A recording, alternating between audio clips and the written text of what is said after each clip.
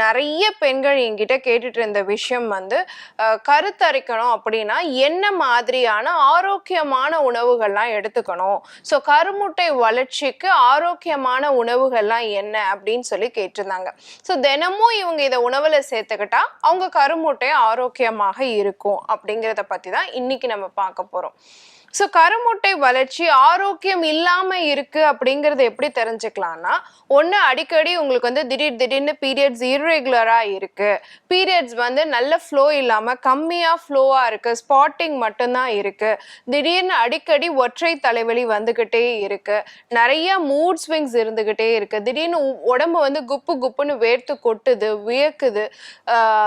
வியர்க்குது, அதே மாதிரி வந்து பாத்தீங்கன்னா உடம்பு ரொம்ப உஷ்ணமாக இருக்கு, குழந்தை பாக்கியம் தள்ளி போய்கிட்டே இருக்கு, நிறைய நாட்களா ட்ரை பண்றோம் ஆனாலும் ஃபர்டிலிட்டி வந்து எங்களால அட்டைன் பண்ண முடியல, கார்டு எப்பயுமே பீரியட்ஸ் தள்ளி போனா கூட நெகட்டிவ் தான் காட்டுது, சிங்கிள் லைன் தான் காட்டுது, இந்த மாதிரியான விஷயங்கள்லாம் நம்ம ஃபேஸ் பண்ணிக்கிட்டே இருப்போம். அப்போ இந்த மாதிரி கருமுட்டை வளர்ச்சியை சீர்படுத்தக்கூடிய உணவு முறைகள்லாம் என்னன்னு எடுத்துக்கிட்டோம்னா, ஒண்ணு வந்து சிகப்பு குடைமிளகாய். இந்த சிகப்பு குடைமிளகாயில விட்டமின் ஏ அண்ட் சி இருக்கு. இதை இன்னொரு விஷயம் என்ன சொல்றாங்கன்னா, மேலை நாடுகள்ல இதை வந்து ஒரு power house of the reproductive system அப்படின்னு சொல்றாங்க. இந்த சிகப்பு குடைமிளகாய நம்மளுடைய இனப்பெருக்க மண்டலத்தினுடைய சக்தி ஆற்றல் முழுவதும் இதுக்குள்ள அடங்கி இருக்கு அப்படின்னு மேலை நாடுகள்ல சொல்றாங்க. அதற்கு காரணம் அதுல இருக்கக்கூடிய விட்டமின் ஏ மற்றும் விட்டமின் சி.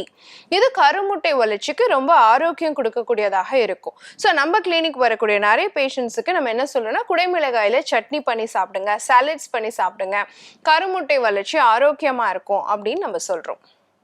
அதே மாதிரி பார்த்தோம்னா பெரி வகையை சார்ந்த பழ வகைகள், இன்னைக்கு நம்ம இந்தியன் பெரிஸ் வந்து பாத்தீங்கன்னா பெரிய நெல்லிக்காய், டெய்லி ஒரு பெரிய நெல்லிக்காய் எடுத்துக்கலாம்.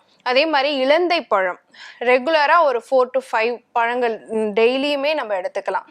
அதே மாதிரி பார்த்தீங்கன்னா ஸ்ட்ராபெரி, ப்ளூபெரி, இந்த மாதிரியான பழங்கள் எல்லாம் நம்ம எடுத்துக்கலாம். இதுல எல்லாம் என்ன ஸ்பெசிஃபிக்கான குவாலிட்டிஸ் இருக்குன்னா, இது வந்து இப்போ கருமுட்டை நல்ல ஆரோக்கியமா வளரணும் அப்படின்னு வச்சுக்கோங்களேன், அதுக்கு வந்து ஆன்டி ஆக்சிடென்ட் ப்ராப்பர்ட்டி, ஆக்சிஜனேற்ற தன்மை நல்லா இருந்தா மட்டும்தான் அந்த கருமுட்டை நல்ல பொழிவுடன் வளர்றதுக்கு வாய்ப்பு இருக்கு, இல்லைன்னா வந்து சரியா வளராம போயிடும்.